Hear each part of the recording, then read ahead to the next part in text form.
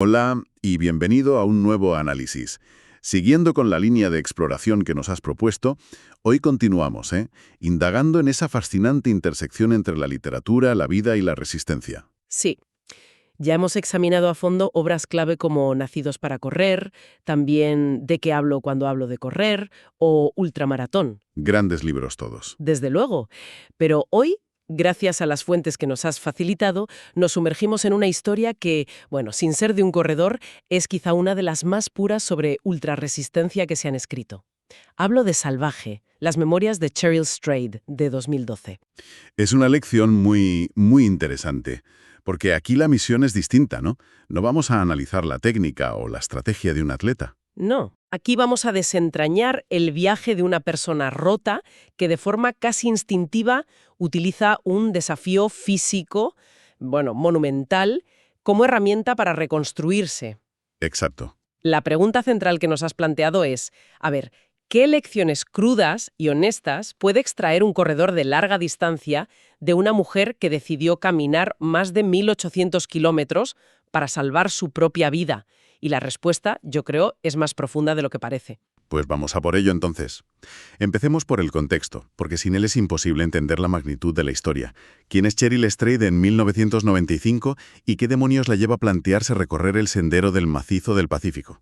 Pues, a ver, el punto de partida es la devastación absoluta. 4 años antes, con 22, su madre, que era el ancla de su universo, muere de cáncer y de forma fulminante. Un golpe terrible. Esa pérdida no es solo un golpe, es una implosión que lo destruye todo. Su familia se fragmenta, su matrimonio con un hombre al que ama se desintegra por sus propias infidelidades. Y ella cae en una espiral. Exacto, una espiral de comportamiento autodestructivo que incluye el consumo de heroína. O sea, a los 26 años está en el fondo del pozo, divorciada, rota y sin rumbo. Y en ese momento, en una tienda de artículos de montaña, ve una guía del Pacific Crest Trail, del PCT. Es una decisión, totalmente impulsiva, casi un acto de fe ciega. Sí, No es un atleta, no tiene experiencia en senderismo de larga distancia. Es simplemente una idea a la que se aferra porque, no le queda nada más. exacto. Y eso es lo primero que un corredor de ultras puede reconocer. ¿Sabes? La motivación a veces no viene de la fuerza, sino de la desesperación. Claro. No buscaba un logro deportivo, buscaba una forma de castigarse, de purgarse y, con suerte, de sanar. Ella misma lo dice, quería volver a ser la mujer que mi madre crió. Es un intento de caminar, literalmente, para salir del caos. Eso es. Pero lo que me parece fascinante, y es un dato clave de las fuentes, es el timing de la publicación. Ella hace el viaje en el 95, pero no publica el libro hasta 2012. ¿Cómo cambia la historia esa distancia de casi 2 décadas? Esa es la clave. Esa distancia temporal le permite no solo contar lo que pasó, sino entender por qué pasó.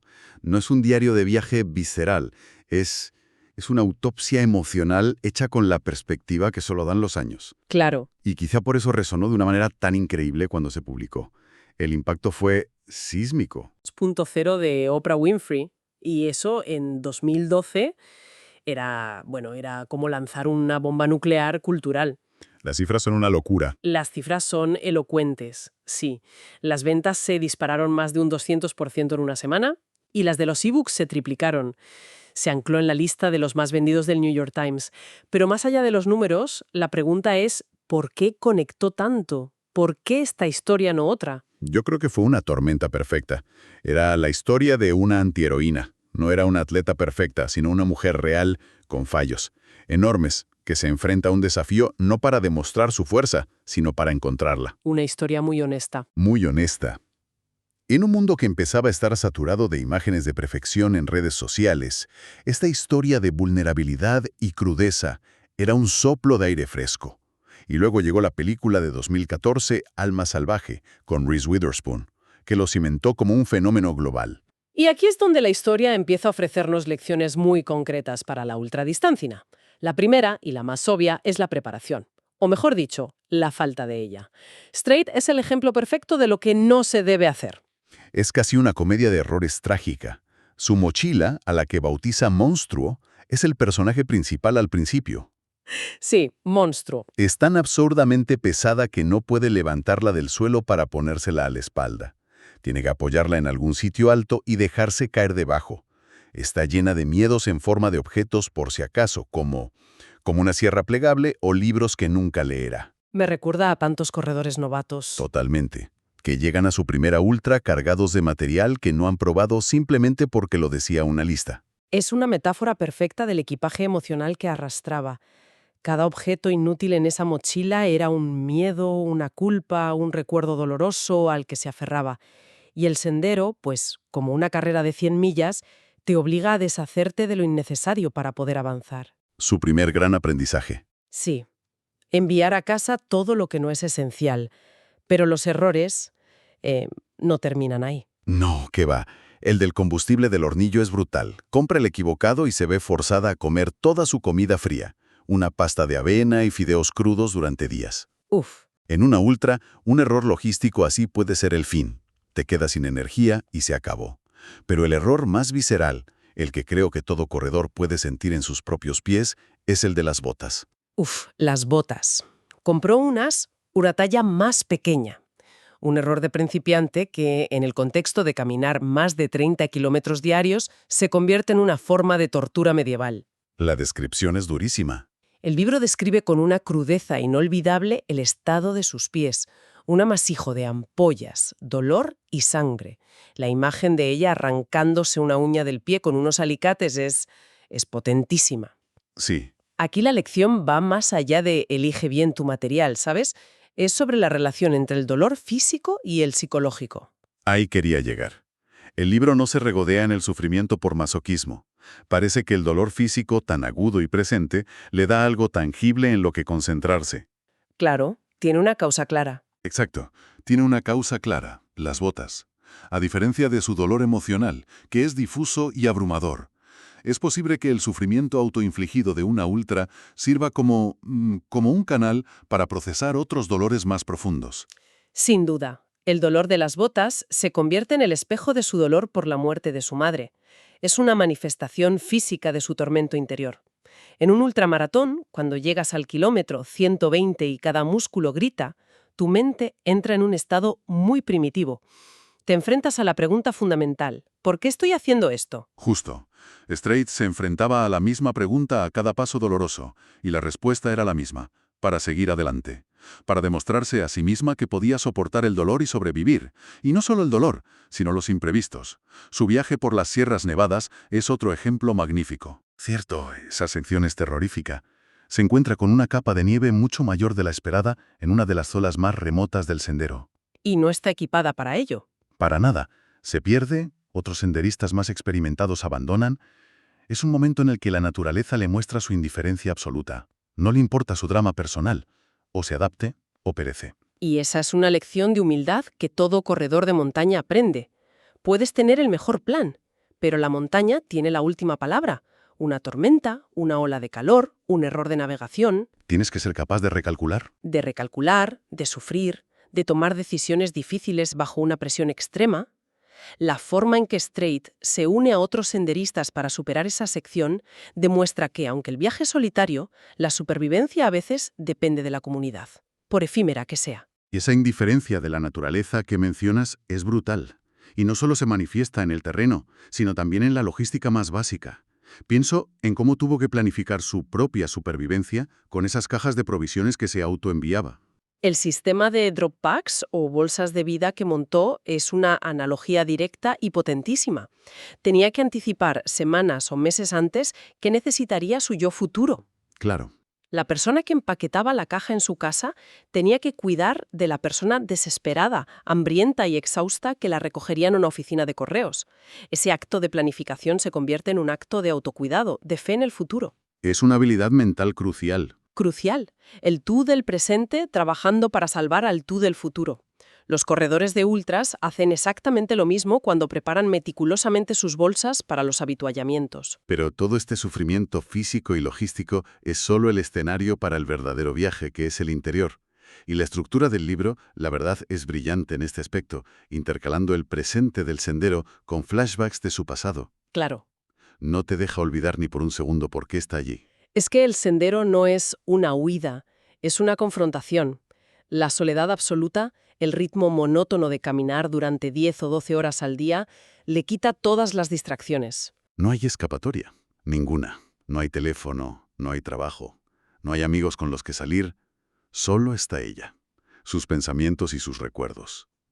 Y los recuerdos que afloran no son los bonitos, son los más dolorosos. La enfermedad de su madre, las peleas con su marido, sus propias decisiones equivocadas. Es un espacio forzado para la introspección. Muchos corredores describen las largas tiradas en solitario, especialmente de noche, de una forma muy similar. La fatiga te quita las máscaras y los filtros, y te quedas a solas con tu verdad. Tienes que enfrentarte a la voz que te pide abandonar, que te dice que no vales, que te recuerda tus fracasos. La lucha no es contra la distancia, es contra ti mismo. Eso es, exacto. Y en ese proceso, Strait llega a una comprensión fundamental. Hay una pregunta que se repite en su mente y que es el núcleo de su transformación.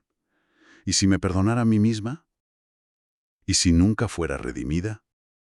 ¿Y si ya lo estuviera? Es potentísimo. Se da cuenta de que no busca la absolución de nadie más. La única persona que puede perdonarla es ella misma. El sendero no le da la respuesta, pero le da el espacio y el silencio para encontrarla dentro de sí. Hay una cita en el libro que resume esta transformación, esta llegada a casa interior de una forma muy poderosa. Ella escribe: «Cuando encuentras tu hogar en el mundo, lo que realmente estás diciendo es que has hecho de tu propio cuerpo un hogar. Entonces, a donde sea que vayas, estarás a salvo». ¡Qué maravilla! Pasar de odiar su cuerpo por traicionarla con las drogas y la promiscuidad a sentirlo como su hogar es una transformación radical. Es la esencia de la fortaleza mental. Dejas de luchar contra tu cuerpo, de verlo como un enemigo que te falla, y empiezas a escucharlo, a trabajar con él como un aliado. Es un cambio de paradigma que todo atleta de resistencia debe hacer para triunfar. Desde luego. El final de su viaje, en el Puente de los Dioses, en la frontera de Oregón y Washington, no es solo el fin de una caminata, es la culminación de ese proceso. Y la prueba de esa sanación es lo que viene después. Las fuentes nos cuentan que, años más tarde, conoce al hombre que será su marido. Forma una familia, tiene 2 hijos, logra reconstruir su vida, no borrando el pasado, sino integrándolo. Claro. La mujer que llega al Puente de los Dioses no es la misma que empezó en el desierto de Mojave. Ha sido forjada por el sendero. En resumen, si tuviéramos que destilar las lecciones de Salvaje para un corredor, diría que son 3. Primero, la humildad. La naturaleza y la distancia son más grandes que tú, y la preparación y el respeto son innegociables. Totalmente. Segundo, la resiliencia. El dolor es inevitable, pero el sufrimiento es una elección. Y la capacidad de seguir poniendo un pie delante del otro cuando todo se desmorona. Esa es la verdadera medida de la fuerza. Y la tercera, y quizás la más importante, es el propósito. La historia de Cheryl Strait demuestra que los desafíos de resistencia más extremos son herramientas increíblemente poderosas para la autoconfrontación y la transformación, pero solo si tienes un porqué lo suficientemente fuerte. Eso es. No hace falta un dorsal para embarcarse en un ultramaratón personal. A veces, el simple acto de seguir moviéndote, con una intención clara, es suficiente para reconstruir una vida. Precisamente. Su viaje nos obliga a mirar más allá de los tiempos, de las clasificaciones y del equipamiento. Nos conecta con la razón más primitiva por la que nos sometemos a estas pruebas, para descubrir de qué estamos hechos realmente. Y eso nos deja con un pensamiento final, una reflexión que surge de este análisis para que la explores por tu cuenta. Strait no buscaba un trofeo, ni un récord, ni el reconocimiento en una comunidad. Su objetivo era puramente intrínseco, la transformación personal. Esto nos lleva a una pregunta inevitable. En nuestras propias carreras, en los momentos más oscuros del kilómetro 130, cuando el glamour ha desaparecido y solo queda dolor, ¿qué buscamos realmente más allá de la línea de meta? ¿Es un resultado externo o es algo mucho más parecido a lo que Cheryl Strait encontró en el Puente de los Dioses? Si esta exploración ha resonado, invitamos a darle me gusta. Y para más análisis como este, busquen los otros episodios de nuestro podcast Corre, Lee, Vive, donde exploramos la increíble conexión entre los libros, la carrera y la vida. Hasta la próxima.